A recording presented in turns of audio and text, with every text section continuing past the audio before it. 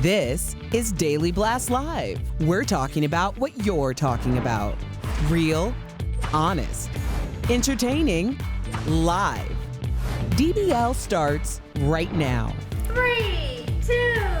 Thank you, Patty. Welcome to DBL. I'm Sam here with Al. We've got a very special show for you today. We're taking a look back at some of our best interviews from over the summer. That's right, Sam. You know, we're all hunkered down, let's be honest. So one of the biggest trends this past summer has been cooking from home. Or if you can't cook, at least watching cooking shows. So earlier, Jeff spoke to television host Padma Lakshmi all about her Hulu series Taste the Nation in this encore edition of Chatting with the Stars. Take a look. Padma Lakshmi, welcome to DBL. Now, between Taste the Nation and Top Chef, you have been very busy on screen. But the question we got to ask, what have you been doing to keep yourself busy in social isolation? I've been cooking with my kid. My daughter's 10, and she's been teaching me how to do TikTok videos. I think the cooking is going better than the TikToking, but I'm just excited that school is over because that online learning was a real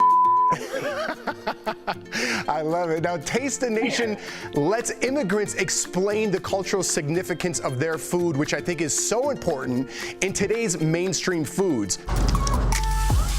This alone is reason to come to El Paso. As an immigrant yourself, why is it important to tell these stories? You know, I think that as Americans, we revel and relish all these influences from all over the world, but we don't often take the time to think about who's making that food and what their lives are like. And as an immigrant myself, I came here when I was 4 from India, and I wanted to do something positive about it. And I really wanted to give the platform to them because we love their food, but we never take the time to get to know them. And I wanted to change that. Yeah, I think it's so important. I'm going to go off script here for a little bit because my mother's an immigrant. She came here from Italy, and we were chatting a little bit before this interview that I've traveled the world on a show called Around the World for Free, got to go all over the world, and I got to know people through their food. And I think what your show is doing is showing exactly that. And in today's America, we judge people right away based on the color of their skin or their sexuality or whatever it may be. But you don't go back and say, hey, I love this person's food, or I don't want to get to know them through their food. I think food could really bring us together here in America. Do you agree? I totally agree. And it has brought us together because to me, that is the reason that America is so cool, because we're able to take the best of every culture that's settled here and create something wholly American and unique. And a lot of immigrants come here and they do enter the food industry because they know their food, they know Americans are hungry for it, and it's a way to feed their own families through that work. Exactly. And speaking of families, you cook a lot with your daughter, Krishna. What are you passing down to her through food? Well, Krishna loves to cook. Food is a great metaphor for a lot of life. Like, never add a vegetable before its time into the pan because each vegetable has its own cook time. And that can be said for life, too. Everything has a time and a moment. Ooh, so you can stream Taste the Nation right now on Hulu. What has been your favorite food to cook this past summer, especially given that we're amidst a pandemic? I realized how much I really love vegetables, like hooking them up. Yeah, so like I've been cooking with a lot of garlic and sesame salt and everything, so it's been really good. Which vegetable is your go-to? My go-to, I would say is Brussels sprouts. Who would have thought? Just cut them in half, saute, and put a little Parmesan cheese on top, a little oil. Come on now. Asparagus too? Yes. Yes. So good. I mean, Al too. I mean, most people put on weight during the quarantine. You've gotten fit. You're working out, I like veggies. eating right. Yeah, I love it. What have you been doing? I know you're vegan. What was that, Michael Dean? Oh, we got to move on. Oh. Sorry, Al. We forgot we're doing a show here. I was just we thought learning we were just recipes. chatting. Okay, so no matter where you live, the pandemic has changed so much. In a series we call Hope Around the World, we caught up with Pa, who lives in the Gambia in Africa. Let's watch. Hello, everybody. My name is Pa Girandu, making this video from the Gambia, my country where I was born and raised. It's changed, and you can see more people struggling now than before. It's very sad. As a businessman, I have a property which I rent and share with travelers all over the globe. I work with Airbnb and other networks I was enjoying it. I was loving it. I get visitors from all over. I just love it. I don't know in the next couple of weeks or months if this thing continue, how am I going to make it? I just don't know because nobody is coming since the shutdown. I'm gonna show you the epicenter, the heartbeat of Gambia's tourism, which is called Senegambia. It's unbelievable because this is the place where hustling and bustling took place. These are all restaurants, shops, nightclubs, and yeah, you see it's like a ghost place. And you don't see much people nowadays during this time of the day because we are on a Muslim holy month of Ramadan, and many people stay indoors. In the Gambia here, you will see a big compound with different families, and one room you can see more than 7 to 10 people sleeping, sometimes lesser than that. So if you talk about social distancing in the outside, what about social distancing in the neighborhoods, in the compounds, in the house, and also in the bedrooms? So it's very difficult.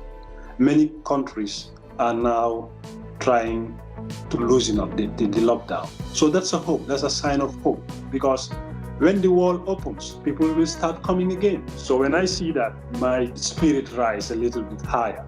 We will survive this globally because the world is one. It's a one globe, and I will say it's like a one village because everything is interconnected. So we have a PAW update, okay? So number one, recently ended a 3-week curfew. So that's in regard to the lifestyle over there. Okay. Personally, still doesn't know anyone who has had it. Wow, That's lucky great. him.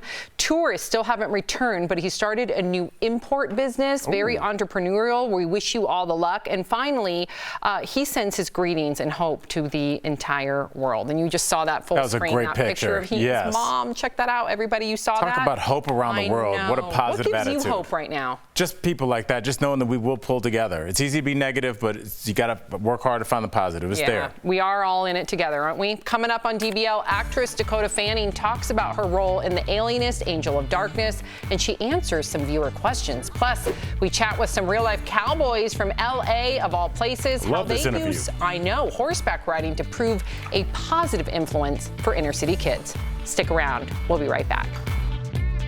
Closed captioning provided by What's up, DBL Nation? Al Jackson here. I'm the host that brings a little bit of levity to the panel. Let's be honest, things get a little serious. Sometimes you gotta break that up with a little humor. That's where I come in. Why can't you be an adult and be uncomfortable for a few hours? It's all right. Something viewers might not know about me, I have a degree in biology. I know, it's weird. I wasted my money. And then I decided to go to graduate school for biomedical sciences. So that happened. The co-host that makes me laugh the hardest is Tori. She's one of a kind. I'm just saying anything is possible if you trout yourself. The co-host that irritates me easily is Tori. She's one of a kind. Tori, does that taste like a neighborhood you've never been to? Oh my God! DBL is bold. DBL is unfiltered. DBL is uncensored. DBL is slightly censored.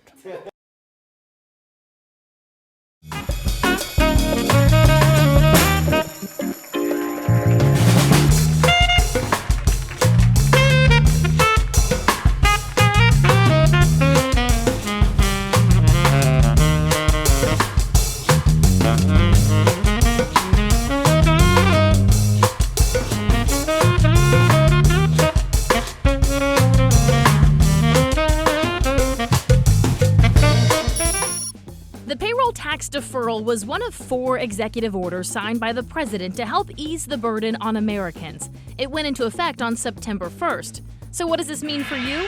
Let's connect the dots. For starters, you have to make less than $4,000 every 2 weeks to qualify. If that is you, then you will see some extra money in your paycheck. But think of it as a loan. This is a deferral, not a tax break. The temporary relief will come from your portion of Social Security tax, which is about 6.2% of a worker's gross pay. So how much could you see? If you make $30,000 a year, it comes out to roughly $72 extra in your paycheck. Keep in mind, it's not required that employers withhold the Social Security taxes from workers' pay, so you should check with yours to find out if they are withholding. Either way, remember this is not a stimulus check and will have to be paid back eventually. Only time and policy will tell us when and how. And we just connected the dots.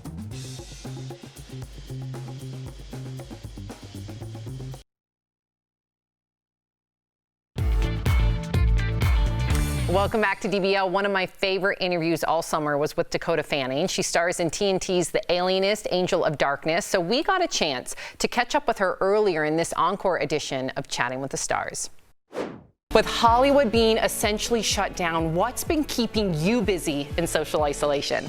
The same things as everyone else, probably. I've been watching some new things on TV, some old favorites. You know, my sister's done the sort of stereotypical baking, you know, just trying to get through this and hopeful that, you know, we'll come out of it better than we were before and finding some bright spots in the sort of strangeness. I agree. And really quickly, before we get to your incredible sequel, what is your comfort movie that you've been turning to? Tell. It's Almost Famous. That's a good one. Yep, Band-Aids, yeah. Right? That's a really good one. In Angel of Darkness, you are a detective, an amazing detective in the late 1900s, a time where women were still fighting for the right to vote. So how else is your character a feminist symbol of the time? We meet her in the very first season as the first woman to hold a position at the police department, which she clearly has aspirations beyond being someone's secretary. And this season, we get to see her right away having opened her own detective agency and employing other young women who she's sort of a mentor to. And, you know, she's really has struck out on her own. And at the beginning, you know, we find this case that falls into her lap, that someone who is kidnapping infants. It also gets the team back together that, you know and love from the first season, Dr. Chrysler, and played by Daniel Bruhl and Luke Evans, John Moore. It was wonderful to continue the story as actors and also as friends. So our viewers are also huge fans. Okay, so are you ready for some viewer questions? Henrietta writes, you got to work with Quentin Tarantino in Once Upon a Time in Hollywood. What surprised you the most about him as a director? And did your feet have to audition too? She writes. That's funny. I want to thank my co-stars, Leo, Margot Robbie's feet, Margaret Qualley's feet, Dakota Fanning's feet. Seriously, Quentin has separated more women from their shoes than the TSA. It's such a dream come true. It was such a dream come true, something I had imagined what it would possibly be like if I ever got the opportunity. I mean, he has such a larger-than-life personality. He's such a fan of movies and television, such a insane knowledge of film and TV history, which is kind of mind-blowing. Yeah, it was great, and I was thrilled to have my feet in a Quentin Tarantino movie. It didn't bother me at all. But they did not have to audition your feet. No, I mean, I guess maybe they were technically a part of the audition, but no, I think I got the role based on other attributes. Oh, he has the power. Oh, hey, we're live. Okay, I know. Well, they were talking about comfort movies, and I have one. What? And it really pertains to Tarantino. Jackie Brown, my movie. I just put that on when I have work to do. It just kind of plays in the background with that soundtrack. It's really, really good one. I'm trying to think what mine would be. Comfort movie. I have a ton. Ones that I know every single word to, like every single part, every single quote. She-Devil's coming to my mind. Oh, with Roseanne. Yes. There you go. And Death Becomes Her. That's one of my favorites. Really? I love that. We gotta watch it together. Yeah, let's do Bruce it. Willis action. Yup. Coming up on DBL, we sit down with a cowboy from the streets of LA and get the inside scoop on how horses can help inner city kids to find meaning and purpose. We'll be right back. Hey, what's going on, DBL Nation? I'm Brandon London. I told my mom at a young age I wanted to play professional football, and she said, show me. So I worked my tail off. I would describe myself as the host that brings energy to the panel. Are you not entertained? My perspective doesn't really come from a book. It comes from different experiences. This is that social injustice that Colin Kaepernick took a knee for. The co-host that makes me most hopeful is hands down my big sister, Erica Cobb. She just makes me better as a person, not only on camera, but off camera. Don't show her that. DBL is raw, DBL is live, DBL is opinionated, and DBL is what you should be watching.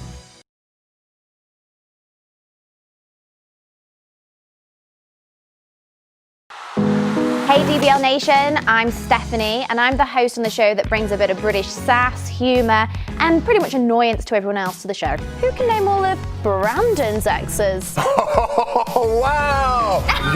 It can go either way, you either love me or hate me, I'm like Marmite. Yes.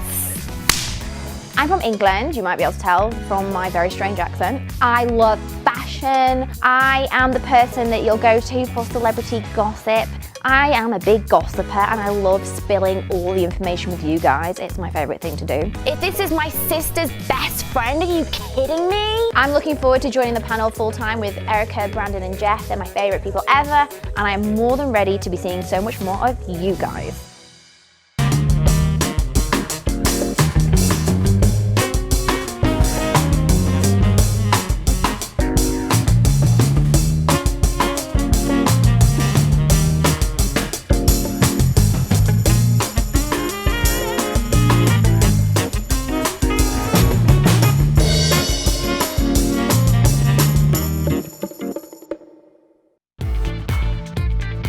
Welcome back to DBL. Today, we are taking a look back at some of our best interviews this summer. That's right, Sam. This is definitely one of my favorites. Earlier, I spoke with Randy Savvy, who is a proud black cowboy. He's part of the group known as the Compton Cowboys. What a great interview. Enjoy. Randy Savvy, welcome to DBL. It's a pleasure to have you guys on. What is it like as a black man riding a horse through Compton? Being a black man on a horse through Compton, man, it's so empowering, man. I mean, it's like I always imagine what a superhero might feel like because you ride through these streets and everybody just looking and breaking their neck when they see you coming by and their faces light up, the kids point, you know what I mean? I feel you. Now, a lot of kids are going to be watching this, and I know they're going to want to know, when did you start? Did you start as a kid, and if so, what age? Yeah, man, I was actually born into it. My auntie founded the organization, Compton Junior Posse. So by the time I was born, she already had 2 horses and the rickety old little barn in the back. And so I've been doing this my whole entire life. I'm 30 years old, so this lifelong for me. Well, that's my next question. What do you think your life would have been like without the Compton Cowboys? You know, if you're from the hood or you've been around the hood, you know it all too well. It's the same story, you know what I'm saying? You start growing up, you start getting on your own, and the hood starts wanting to recruit you. They never really bothered us because we had the horses. It was like, oh man, y'all cowboys, that's cool. Do y'all thing, we ain't tripping. You know what I mean? So it was like a shield for us, you know. And just having that my whole life kept me away from all of that. You know, I consider myself a success symbol, you know what I mean, and representation of what it looks like to do something with your life. There's no doubt in the world that you are a success symbol, man. And I know the Compton Cowboys have been all over the Black Lives Matter protests. Can you tell me a little bit about your involvement? In the city of Compton, it's interesting because our city is infamous for being very hostile when it comes to these issues of these social injustice issues, very particularly when it comes to police brutality. I mean, that was NWA's whole movement, and that movement is what put Compton on the global scale as far as having our city recognized by the masses, and the brand of our city became the police. What's up? Tell them where you're from. Straight out of Compton. It was just great to be able to be out there, black people on horses, showing the world something totally different, looking like the army, looking like the cavalry, but we come in peace. You know, that was very proud of me. I love to hear that, man. Now, obviously, you guys are getting attention in the streets, you're getting attention on social media, and now an author has stepped to you guys and actually even embedded himself with you and just like learned to live your lifestyle and learned all about you. Can you tell me a little bit about that process and what that was like? It's just called The Compton Cowboys, a new generation of cowboys in America's urban heartland by Walter Thompson Hernandez. It's very emotional, it's very powerful, it's very moving. I think I would encourage anybody that, to go out there and get you a copy of it. I think he really he painted an accurate portrait of what it's like to be in this environment, in these streets, and I'm very proud of the project. How cool is that? What struck you about interviewing him? Just that he was so comfortable in his own skin. You think about Compton and what you picture in your mind of what people look like, and you don't picture one of those people wearing a cowboy hat, walking down the street, getting props from everybody. So it just shows you be yourself, and everybody will fall in line. And I love that he loved that the kids saw him as like a superhero. That's right. That's how he is viewed in their eyes. He really is. That's what it's all about. Coming up on DBL, a 10-year-old who runs a charity trying to change kids' lives through art. You do not want to miss it. That's next. Promotional consideration is brought to you by... Hey DBL Nation, I'm Lindsay Granger. I'm a trained journalist. I've been doing this for 10 years and I learned to extensively research. I've written a documentary. I describe myself as the host that will bring a fresh perspective to the panel. I think Tori and I might disagree. Not a nice thing for the president to say. Everyone's blowing out of proportion, but that's okay because today we need that. DBL is a creative, fun, and fast-paced type of show. Who wouldn't want to be at DBL? I'm looking forward to joining the panel and getting into some fun, interesting, and intense conversations. But it's important today. We need to agree to disagree and have the dialogue. A lot of people watch TV and say, how am I represented? DBL is the answer to that question. I'm Lindsay Granger, and I hope to be your voice.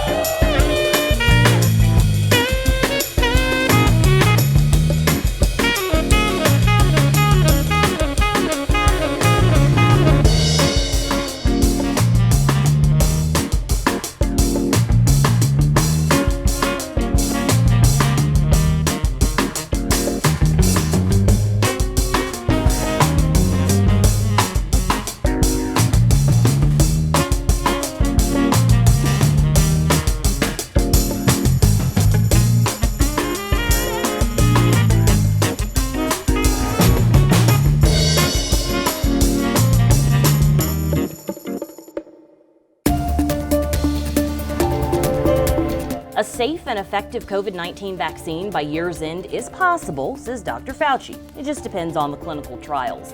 If there's an early indication of overwhelming success of a vaccine, a trial could be legitimately ended early. The same could be said, though, if there's an overwhelming failure of a vaccine. As for who might get it first, the National Academies of Sciences, Engineering, and Medicine recommends releasing it in 4 phases.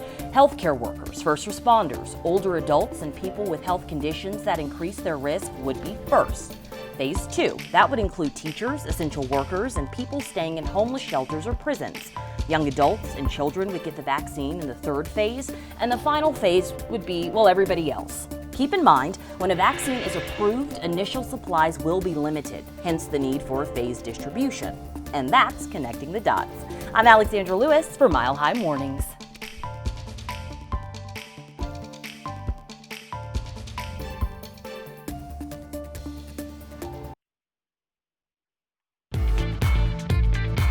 Welcome back to DBL. So we've saved one of the best interviews for last. Earlier, Erica sat down with an amazing 10-year-old girl named Chelsea Fair. She started a charity helping change kids' lives and the world through art.